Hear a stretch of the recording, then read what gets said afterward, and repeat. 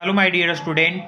आज आप सभी लोगों के लिए पुनः सामाजिक विज्ञान यानी सोशल साइंस 2021 द्वितीय पाली का क्वेश्चन सॉल्यूशन करने वाले हैं। तो आप सभी विद्यार्थी इस वीडियो के साथ लास्ट तक बने रहें और इस सभी प्रश्नों का आंसर आप लोग रिमेंबर करें ताकि आने वाले एग्ज़ाम में जो भी सवाल आए वो आपका अधिक से अधिक बन पाए।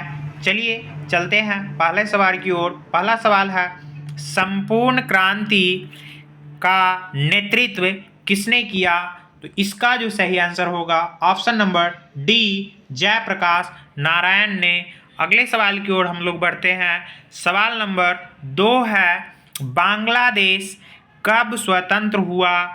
इसका जो आपका सही आंसर होगा ऑप्शन नंबर सी, 1971 ईस्वी में। अगले सवाल की ओर बढ़ते हैं। सवाल नंबर 3, भारत में किस राज्य में सर्वप्रथम पंचायती राज्य की शुरुआत हुई? इसका जो सही आंसर होगा आपका ऑप्शन नंबर ए, राजस्थान। अगले सवाल की ओर बढ़ेंगे। चौथा नंबर सवाल है, निम्नलिखित में से कौन केंद्र शासित प्रदेश है? इसका जो आपका सही आंसर होगा वो हो जाएगा आपका ऑप्शन नंबर सी, चंडीगढ़। अगले सवाल की ओर बढ़ते हैं। पांचवा नंबर सवाल है, संघ सरकार का उदाहरण है। इसका जो आपका सही आंसर होगा इनमें से सभी यानी अमेरिका, भारत, कनाडा तीनों संघ सरकार का उदाहरण है। अगले सवाल की ओर हम लोग बढ़ेंगे जो कि छठा नंबर सवाल है, भारत का केंद्रीय बैंक कौन सा है? इसका जो आपका सही आंसर होगा option number C, reserve bank of India यानी आरबीआई। अगले सवाल की ओर हम लोग बढ़ेंगे। सातवां नंबर सवाल है, कृषि उत्पादों के मानकीकरण के लिए मानक का प्रयोग किया जाता है। इसका जो सही आंसर होगा option number B, egg mark. अगले सवाल की ओर हम लोग बढ़ेंगे। आठवां नंबर सवाल है, निम्न में से कौन प्राथमिक क्षेत्र से संबंधित है? इसका जो आपका सही आंसर होगा वो हो जाएगा आपका ऑप्शन नंबर सी, कृषि क्षेत्र। 9वां नंबर सवाल की ओर बढ़ेंगे। बिहार में प्रायः कैसी मिट्टी पाई जाती है? इसका जो सही आंसर होगा ऑप्शन नंबर सी, जलोढ़ मिट्टी यानी जल के द्वारा बाहित मिट्टी को ही जलोढ़ मिट्टी कहते हैं। अगले सवाल की ओर हम लोग बढ़ेंगे। सवाल नंबर 10 है, आयुर्वेद का जनक किन्हें कहा जाता है? इसका जो सही आंसर होगा आपका ऑप्शन नंबर बी, चरक। चरक को ही आयुर्वेद का जनक कहा जाता है। 11 नंबर सवाल है, बिहार में कितने प्रतिशत क्षेत्र में वन है? इसका जो आपका सही आंसर होगा वो हो जाएगा ऑप्शन नंबर डी, 7%। 12 नंबर सवाल है, निम्न में कौन सा लौह युक्त खनिज का उदाहरण है? इसका जो आपका सही आंसर होगा option number A, magnetite. 13 number सवाल है, सबसे घटिया कोयला है? इसका जो आपका सही आंसर होगा वो हो जाएगा ऑप्शन नंबर डी, पीट कोयला। 14 नंबर सवाल की ओर बढ़ते हैं। निम्न में से कौन रोपण फसल नहीं है? इसका जो आपका सही आंसर होगा वो हो जाएगा ऑप्शन नंबर सी, धान। 15 नंबर सवाल की ओर बढ़ते हैं। भारत की प्रमुख खाद्यान्न फसल कौन है? तो ये जो आपका सही आंसर होगा वो हो जाएगा आपका ऑप्शन नंबर डी यानी कि कह सकते हैं धान। 16 नंबर सवाल है, बिहार में कितना प्रतिशत कृषि क्षेत्र है? इसका जो आपका सही आंसर होगा, अगर आप लोग जानते हैं तो कमेंट में आंसर जरूर करते जाएं। 16 नंबर का जो सही आंसर होगा वो हो जाएगा ऑप्शन नंबर सी, 80%। अगला सवाल है, भारत में सबसे लंबा बांध यानी कि भारत का जो बांध है वो सबसे लंबा किस बांध को कहा गया है? तो इसका जो सही आंसर हो जाएगा आपका ऑप्शन नंबर वी, हीराकुंड बांध, जो कि महानदी पर है और ये उड़ीसा में पड़ता है। आगे 18 नंबर सवाल, किस खनिज को उद्योगों की जननी कहा जाता है? तो इसका जो सही आंसर होगा आपका ऑप्शन नंबर सी, इसका सही आंसर हो जाएगा लोहा। 19 नंबर सवाल है, सर्वोत्तम कोयले का प्रकार कौन सा है? तो सबसे इम्पोर्टेंट सवाल है।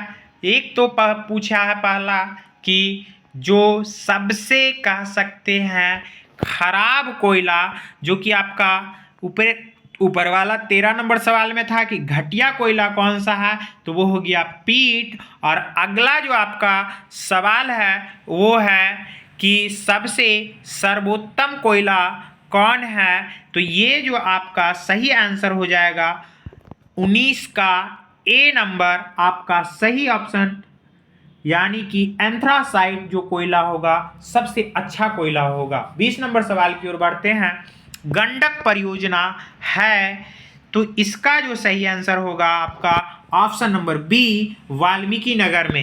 21 नंबर सवाल की ओर बढ़ते हैं, निम्न राज्यों में से किसमें सर्वाधिक वन क्षेत्र है? तो इसका जो आपका सही आंसर हो जाएगा वो हो जाएगा option number A, Madhya Pradesh. और ये कई बार सवाल आ चुका है एग्जाम में, तो कह सकते हैं ये बहुत ही महत्वपूर्ण सवाल है। अगला बात करते हैं, कहलगांव तापीय विद्युत परियोजना है, तो ये किस जिले में है ये पूछा है। तो आपका इसका जो सही आंसर हो जाएगा वो हो जाएगा भागलपुर जिला में। आगे बात करते हैं, अगला सवाल है 23 नंबर, सूखे के लिए उत्तरदायी कारक कौन है? तो इसका जो आपका सही आंसर होगा वो हो जाएगा आपका ए नंबर ऑप्शन, वर्षा की कमी।